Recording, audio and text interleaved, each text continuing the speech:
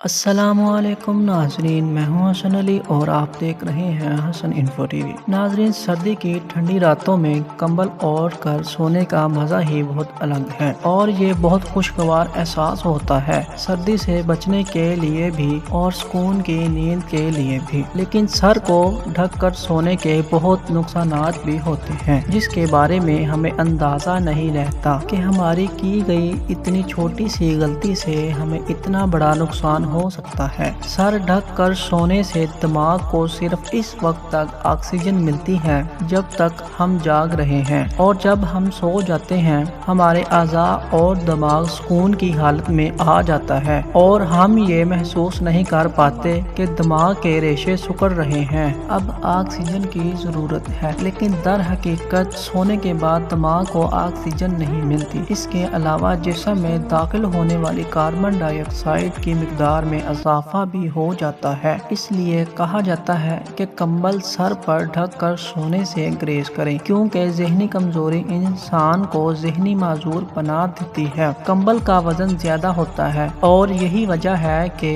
जब हम सर से पाँव तक कंबल ओढ़ कर सोते हैं तो इसका वजन भी महसूस होता है, जिससे सांस के मसाइल में भी इजाफा हो जाता है, क्योंकि हमारा निज़ाम तनफ्फुस कमजोर हो जाता है। और जब हम कंबल उतार देते हैं तो सांस फौरी बहाल हो जाता है। कंबल में चूंकि रुई और दीगर धागों के पॉली मरकबात इस्तेमाल होते हैं और वो मुकम्मल एक मैन्युफैक्चर करके बनाए जाते हैं, जिसकी वजह से इनके अंदर साफ हवा का गुजर नहीं हो पाता और पूरा सर ढक कर सोने से कार्बन डाइऑक्साइड हवा इंसानी जिस्म के अंदर दाखिल होती रहती है, जिसकी वजह से ये नाक के ब्लॉकेज वगैरह भी हो जाते हैं। इस तरह सोने से हमारे बाल कमजोर पड़ जाते हैं और सर में खुश्की के मसाइल में इजाफा हो जाता है। जी तो नाजरीन, अगर आपको वीडियो अच्छी लगी हो तो वीडियो को लाइक और चैनल को सब्सक्राइब लाजमी करें। मिलते हैं नेक्स्ट वीडियो में, तब तक के लिए अल्लाह हाफिज।